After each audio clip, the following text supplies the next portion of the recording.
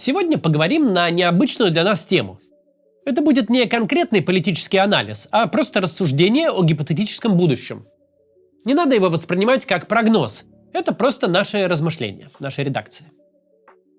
Сегодня мы поговорим о том, как развитие искусственного интеллекта, профессионалы не любят, когда его так называют, но уж будем использовать привычную формулировку.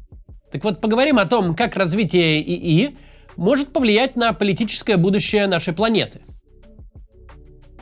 Мне кажется, ни у кого не осталось сомнений, что развитие нейросетей – это новая технологическая революция.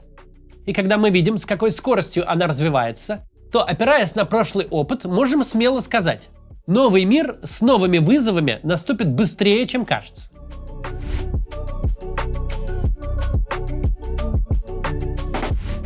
Насчет скорости развития технологий достаточно просто вспомнить одну вещь. Те люди, которым сейчас лет 35, еще застали действительность, где телефон – это штука с наборным диском, которая стоит в прихожей. А фотоаппарат нужно заправлять пленкой, а затем относить ее на проявку и печать. Действительность, где в интернет заходят с большого компьютера с пузатым монитором, дозваниваясь модемом до провайдера, а навигаторами торгуют в киосках Роспечати, и называются они «бумажная карта». На глазах одного поколения за 20 лет был пройден путь от телеграммы на телеграфе до телеграммы в смартфоне. Путь столь стремительный, что люди с разницей в 10 лет с трудом понимают реальность друг друга. Попробуйте 20-летнему объяснить принцип работы пейджера, а главное, зачем устройство с таким функционалом кому-то вообще было нужно. Ну так вот, сейчас на наших глазах разворачивается новая эпоха. Эпоха общедоступных коммерческих нейросетей. Причем разворачивается так лихо, что дух захватывает. Еще лет 5 назад все, что мы могли получить от искусственного интеллекта, все, что не существовало на службе государств и корпораций, было в чистом виде игрушками. В начале 2021 года появился DALL-E, который умел рисовать абстрактные карикатуры по запросу. Прошло всего ничего, и теперь есть целый выводок нейросетей самого разного профиля. Это больше не игрушка, а повседневный ассистент практически всех работников интеллектуального труда. Исходя из этого возникает предельно конкретный вопрос. Как человечество, причем в самое ближайшее время, будет справляться с масштабным ростом числа безработных, который, видимо, превысит рост безработицы столетия назад, в период индустриализации и урбанизации?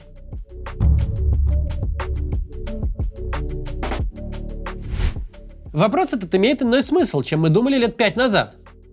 5 лет назад мы понимали, роботы заберут у людей весь труд, который имеет смысл автоматизировать в части низкой и средней квалификации. Мы понимали, что самоходные грузовики заберут труд у дальнобойщиков. Но забрать труд у дальнобойщиков – дело не быстрое и непростое. В мире эксплуатируются десятки миллионов магистральных грузовиков. Пока у нас нет ни одной модели беспилотного тягача, который хотя бы близким был бы к состоянию, отличному от лабораторного экземпляра.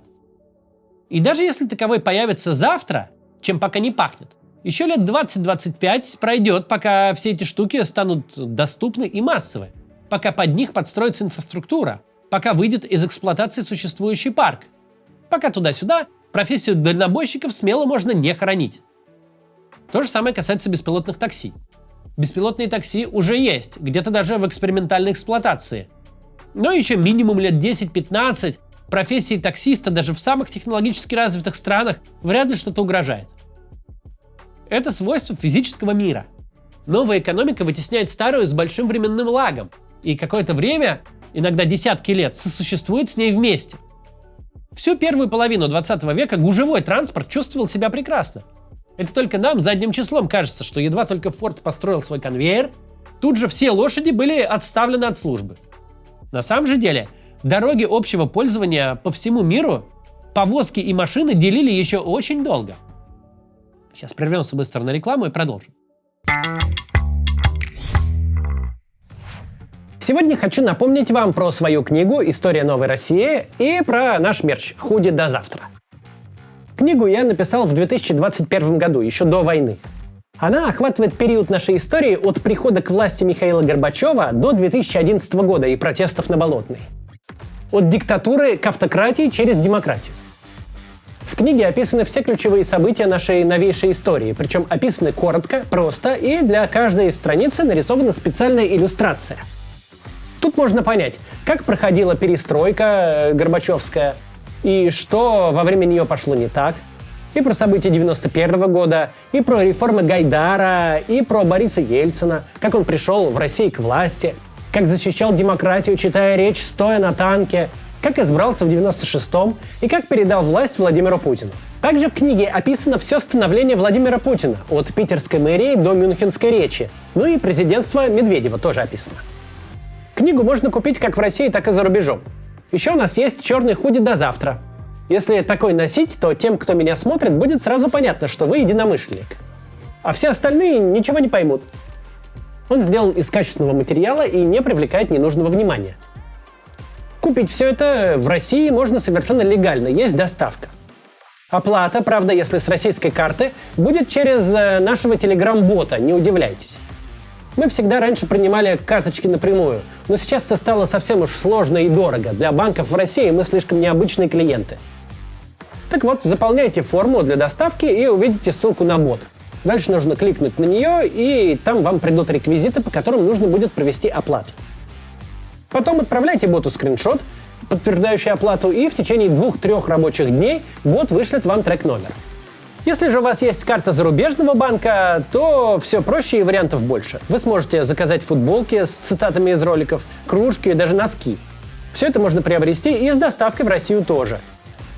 Так что заказывайте книгу и мерч по ссылкам в описании.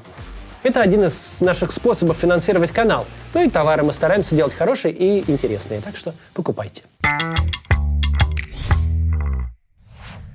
Продолжим. Новая экономика вытесняет старую с большим временным лагом и какое-то время сосуществует с ней вместе. Так уж устроен физический мир. Его перестройка требует времени, инвестиций, и должна подтянуться остальная инфраструктура, должны перестроиться экономические процессы. Электромобили стали достаточно массовыми уже лет 10 как, но нельзя даже сейчас сказать, что даже в самых развитых странах их эксплуатация так уж комфортна, что зарядку вы найдете за каждым поворотом. Совсем другое дело сфера услуг. Сегодня мы однозначно можем сказать, профессия иллюстратора, если не совсем полностью мертва, то очень-очень сильно сократилась. Понятно, что по-прежнему нужны исключительные специалисты в этой области. Но такой работы, как нарисовать меню для кафе или вывеску для магазина, ее больше просто не существует. Любой человек может получить картинку самого лучшего качества на любую тему, в любом стиле, за считанные секунды, либо вообще бесплатно, либо за весьма номинальную цену подписки на сервис, никак не сравнимую с той, какую пришлось бы заплатить живому человеку. Это случилось меньше, чем за 5 лет. Техноигрушки, способные рисовать невнятные карикатуры, над которыми народ угорал в соцсетях, меньше, чем за 5 лет почти полностью уничтожили целую профессию. Эта профессия не очень массовая, ее уничтожение не стало социально-экономической проблемой. Но просто представьте себе, рисование от руки, скилл, который, как считалось еще недавно, прибудет с человечеством вовеки, ведь это творческий навык, который казался защищенным от нашествия машин, и этот скилл практически утратил актуальность за 3, по сути дела, года всего лишь. Сейчас по тому же незавидному пути идет профессия переводчика. Машинный перевод существует примерно столько же, сколько существует персональный компьютер. И нельзя сказать, что за все годы его существования мы наблюдали какой-то уж разительный слишком прогресс. Современные онлайн-переводчики вроде Гугла не слишком уж далеко ушли от промпта, которым мы пользовались 20 лет назад. Да, Google не пытается назначить свидание документу, не называет Фрэнка Миллера откровенным мельником, но ничего похожего на читабельный текст машинный перевод как выдавать не умел, так и не научился. А общедоступные чат-боты уже умеют. Может быть, не без косяков и шероховатостей, но загрузив сегодня в чат GPT или в Грока текст на любом языке, вы получите результат в том виде, в каком его выдал бы человек средней квалификации. Профессиональные решения за деньги умеют сильно больше и лучше.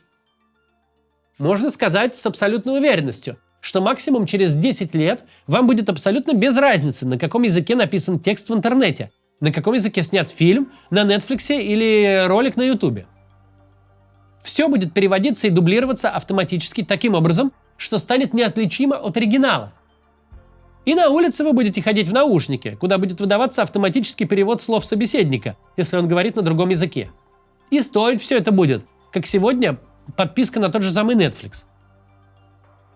У нас уже есть эксперименты по съемке полнометражных фильмов силами нейросетей. Без единого живого актера, без камер и без хромакея. И опять же, нет сомнений, что максимум через 10 лет это будут не эксперименты, а совершенно новая индустрия, где типичная киностудия — это не гигантские павильоны, звездные актеры и режиссеры в раскладных стульчиках с мегафонами. Это будут скучные IT-компании, штампующие фильмы и сериалы от сценария до готового продукта конвейерным методом, не покидая офиса. Айтишники — самая массовая интеллектуальная профессия нового поколения. Они вообще первые под ударом.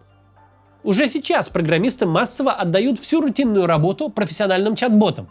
Год-полтора назад результат их работы был очень далек от совершенства. Код они писали грязный и невнятный, плохо понимали, чего от них хотят. Сегодня же профессиональные решения, вроде Cloud AI, это полноценный джун для большинства задач. Пока еще очень не middle, но уже хороший джун, которому надо очень подробно объяснить, чего ты от него хочешь, но 70% рутинных задач он с тебя снимет. Уже сейчас некоторые айтишные профессии, если не пошли под нож, то стоят в очереди к этому. Уже сейчас не особо нужны верстальщики. И понятно, что в IT-секторе в самые ближайшие годы начнется массовый мор низовых кадров, занятых рутинными задачами. Абсолютного большинства кадрового состава IT-компаний.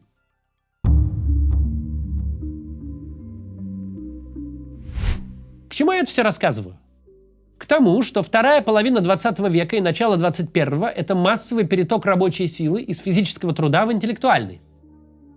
Дети тех, кто работал шахтерами, столеварами, шоферами грузовиков, стали программистами, бухгалтерами, сценаристами, дизайнерами, редакторами и обрели профессии нового века. Еще совсем недавно профессии эти считались абсолютно неприкосновенными. Возвращаясь к сказанному, мы ведь предполагали, что многим рабочим профессиям придет конец.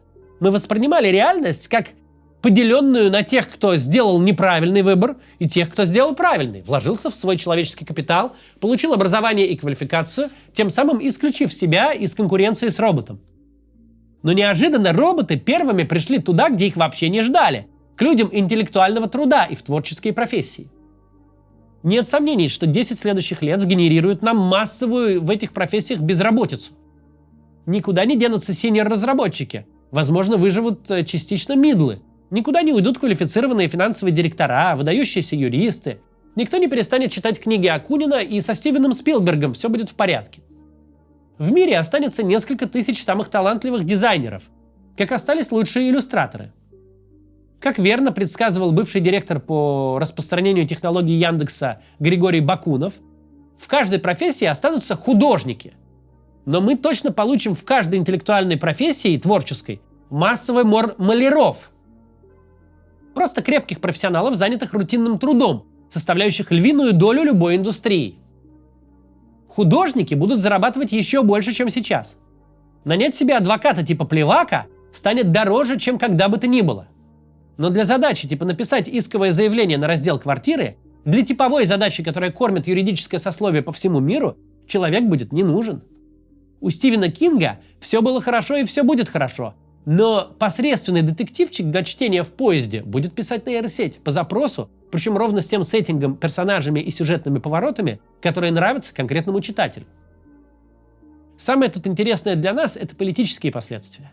Потому что прямо сейчас развитый мир у нас явно разделен на две политические страты. Есть условно американский токарь, который уже замерз в холодном дыхании нового времени. Его станок может уехать в Индию, его станок может стать роботом, за его станок может встать мексиканец. Во всех вариантах американскому токарю одинаково плохо. Все тренды 21 века, вся глобализация, автоматизация, миграция сделали его жизнь объективно хуже, сделали его будущее туманнее, разрушили его привычный мир. Мы видим политические этого последствия. Мы видим явный политический запрос, который заключается не в том, что люди хотят лучшей жизни. Они хотят, чтобы поезд прогресса хоть кто-то любой ценой остановил. Потому что этот поезд несется прямо на них. И если нужно ядерной бомбой взорвать железнодорожный мост на его пути, то так тому и быть. Избиратель с лозунгом «как угодно, только не так, как оно и идет» у нас сейчас это Барт Симпсон. Если считать от начала мультсериала, то реальному Барту сейчас было бы 45 лет. Только вот его отец, с горем пополам закончивший школу, работавший простым тружеником-пролетарием, содержал дом, 3 детей, жену и 2 машины.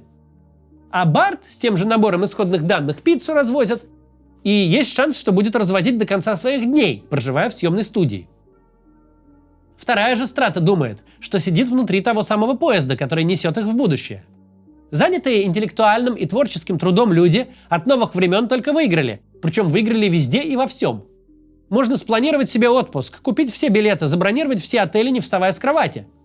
Можно, сидя в глухой деревне, удаленно работать на 5 разных корпораций в 5 разных странах.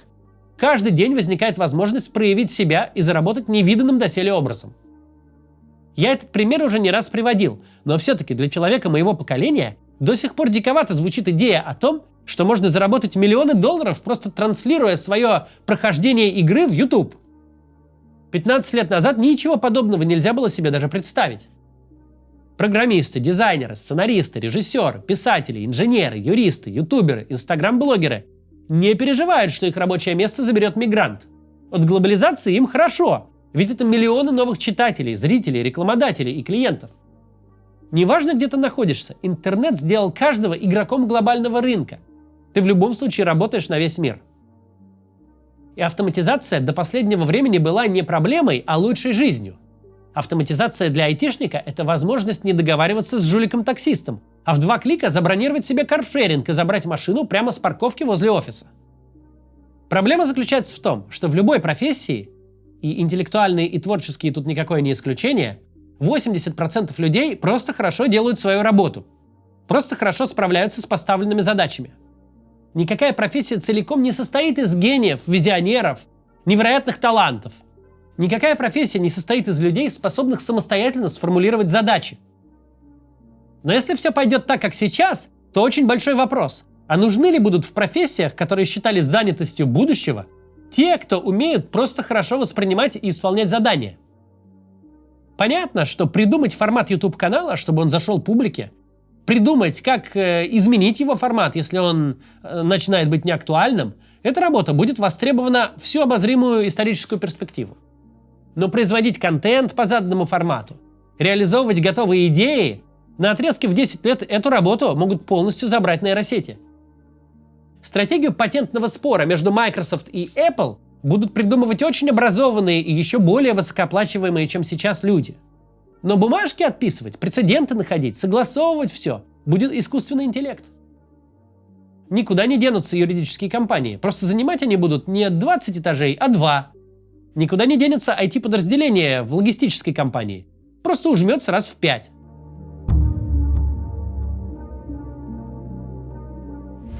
Мы с вами находимся внутри и без того довольно хренового времени. Кто бы что себе не думал, но никто не поспорит. За последние 5 лет мир стал сильно хуже, опаснее и неопределеннее. Не хочется из этой точки предсказывать какие-то перемены к худшему. Но давайте просто задумаемся. Пока мы лишь на пороге самой глобальной технологической революции за столетия, если не больше.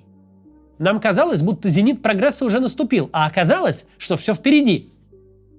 Пока мы видим политические последствия того, что многие люди проиграли от перемен, и последствия эти уже выглядят опасно. По всему развитому миру популярность набирают радикалы и популисты, а остальным политикам приходится брать на вооружение их лозунги, чтобы не проиграть окончательно. Но пока у нас есть другая огромная страта – те, кто сильно выиграл. Пока у нас есть агенты перемен и прогресса.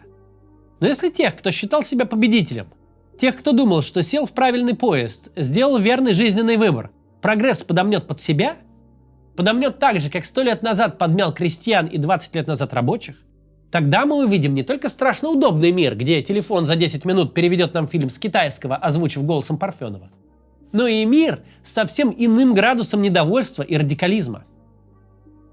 Россия в этом отношении могла бы быть уникальным примером страны, в которой все трын-трава, у которой есть нефть, приносящая бесплатную валюту, огромные резервы этой нефтью сформированные, а значит, возможность гасить даже самые мощные социальные проблемы.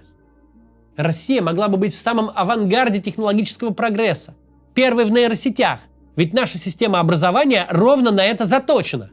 У нас перепроизводство людей технических специальностей, прекрасно подходящих для нового времени. Мы могли бы ехать в паровозе этого поезда, собирая все лучшее, а издержки принимая в меньшем масштабе. Но российское руководство сделало иной выбор. И вместо того, чтобы задумываться о месте в новом мире, она задумывается о том, как бы разгрохать очередной город у соседа.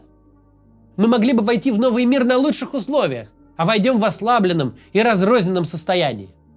Если говорить о продалбывании исторических шансов, то это как раз худший.